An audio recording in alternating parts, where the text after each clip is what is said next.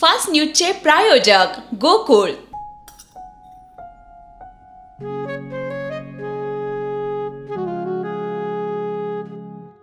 बाबा, आज येताना बासुंदी घेऊन या ना.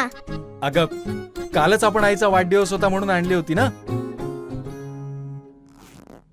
ऐकलं, गोकुळची बासुंदी पुन्हा खावीशी वाटतेय.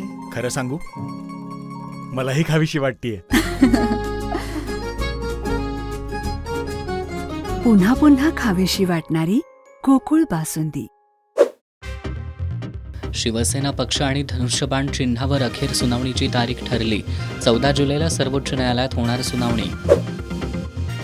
विरोधकांनी शेतकऱ्यांच्या प्रश्नांच्या आडून राजकारण करू नये, सरकार चर्चा करण्यास तयार, उपमुख्यमंत्री अजित पवार. आमदार सुनील शेळकेंनी सरकारची हजारो कोटींची रॉयल्टी लुटली, ठाकरे गटाचा आरोप.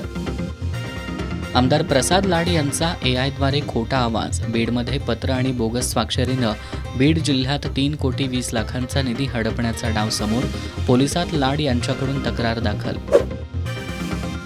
दादा कोंडकेंचं उत्तर देऊ नका, भाजपचे सुधीर मुनगंटीवार मंत्री संजय राठोड यांच्यावर भडकले.